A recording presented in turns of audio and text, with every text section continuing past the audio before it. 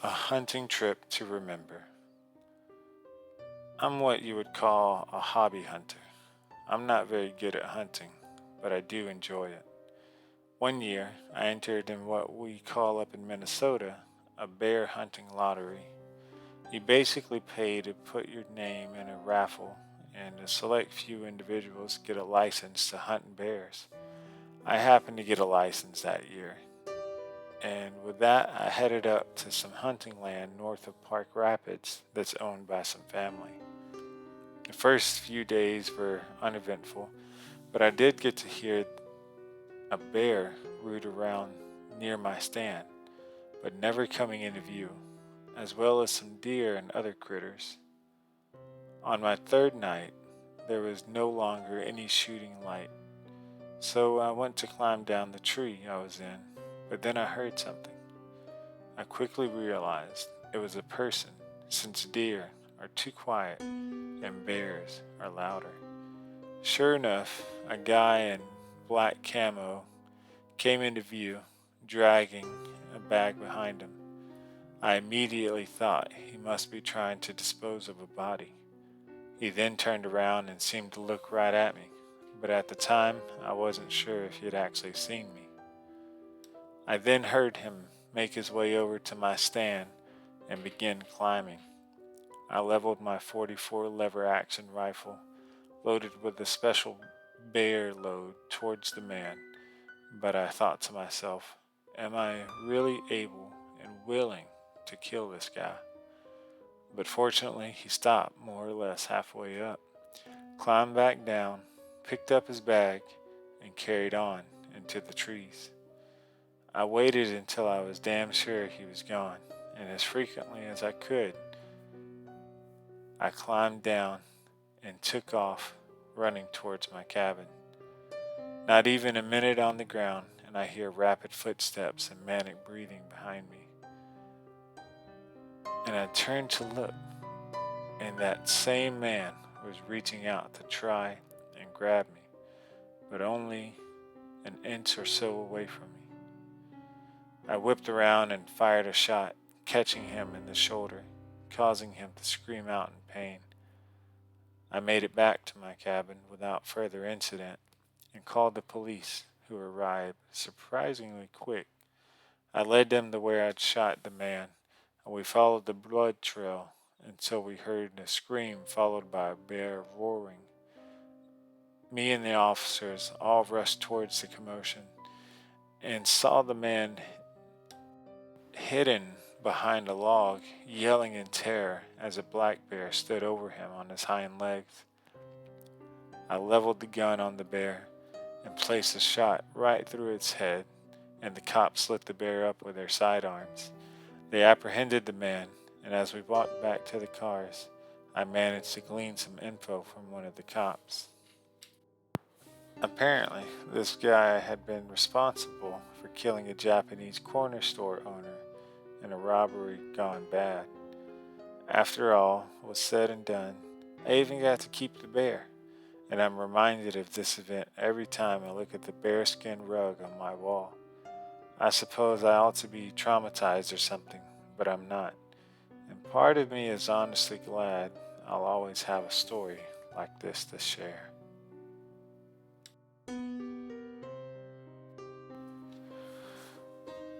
Mr. Cooper. I had worked as a nursing home assistant for only a few weeks by this time. The routine was monotonous, and the patients made for bad company. The obese had a knack for getting all their fluids in the hardest to reach flaps of their skins. I often looked at disdain at some of them, but tried not to judge, as I knew one day I would be in their shoes. Helpless, elderly, feeble. This surely wasn't the way I wanted to spend my last days, and probably not how they planned to spend theirs either.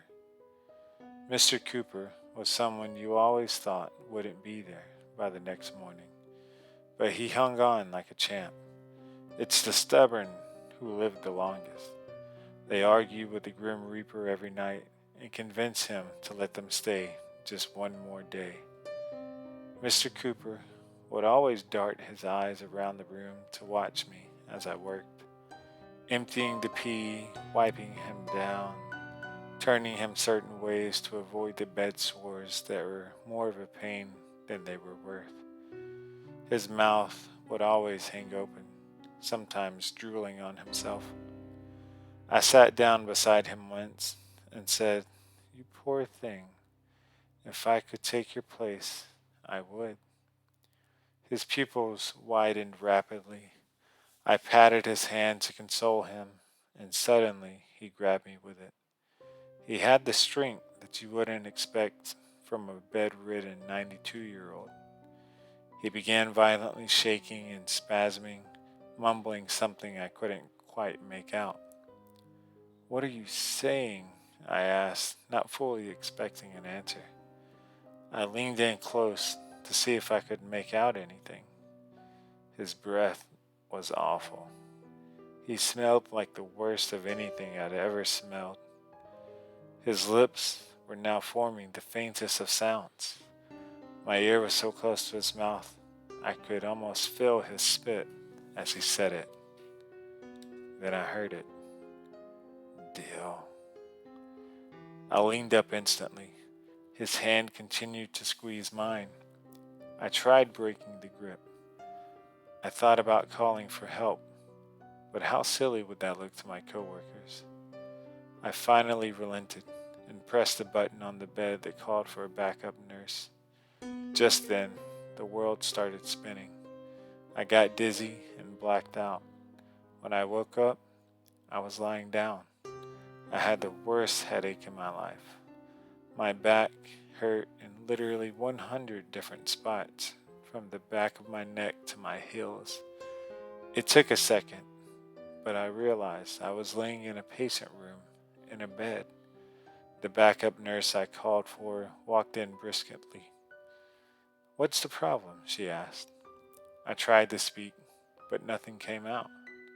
Then I saw him. Mr. Cooper walked in behind the backup nurse in scrubs similar to what I was just wearing. She was giving me some issues, but I figured it out. "Thank you." The backup nurse left. Mr. Cooper turned back to me and leaned over to my ear. "It's your turn now."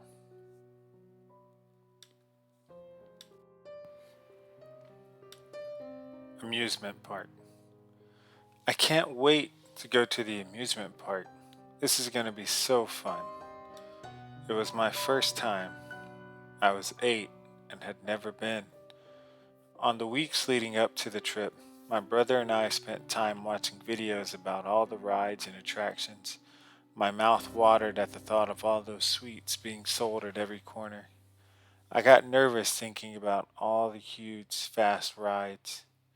But I was 8 after all, and needed to prove that I was a big girl now. I am brave. My dad said the braver I am, the more rides I can go on. So, I am brave. When we arrived at the park, everything seemed to tower over me. Everyone was in a rush. My parents tried to take a picture of me in front of the giant rotating globe that said Universal, but not before I was hit in the ankles by no less than 2 strollers piloted by zooming mothers who were yelling at a string of children in tow. This wouldn't stop us from having a good time, though. Nothing could stop that. Once we got past the ticket gate, I ran in circles with excitement and got hit one more time by another stroller. Okay, maybe I hit the stroller this time. "What do you want to do first?" my father asked. I was prepared. "First, Transformers. Then, Return of the Mummy. Then, King Kong." My dad chuckled. "Okay, let's go." I ran and skipped and danced my way through the crowds, brother in tow. I thought of how fun the ride would be. I would ride it twice, or maybe 3 times in a row. I rounded a corner as fast as I could and once again slammed into a grown-up. The impact sent me flying back. It didn't seem to faze him whatsoever. He looked down at me annoyed. Watch it, kid, he sneered. He looked around for a second. Where are your parents? I looked around, coming to my feet. The crowd was so huge I could barely see anyone's face except the people who were immediately in front of me. I didn't see my dad anywhere. My brother, being younger and always taking my lead, didn't say anything. I imagine he was a little scared like I was at that moment. I I don't know, I said. The man's eyebrow cocked. Okay, I can take you to him. My stranger danger alarms rang like a nuclear facility preparing for meltdown. I knew I should run or call for help, but I was frozen. My mouth was sewn shut. My brother stayed silent as well. My new dad is okay. He said one day we'll be able to go back to Universal. I didn't get to ride any rides that day. We had to leave fast. Dad said there's bad people who want to take me away from him. I won't let them though. I am brave.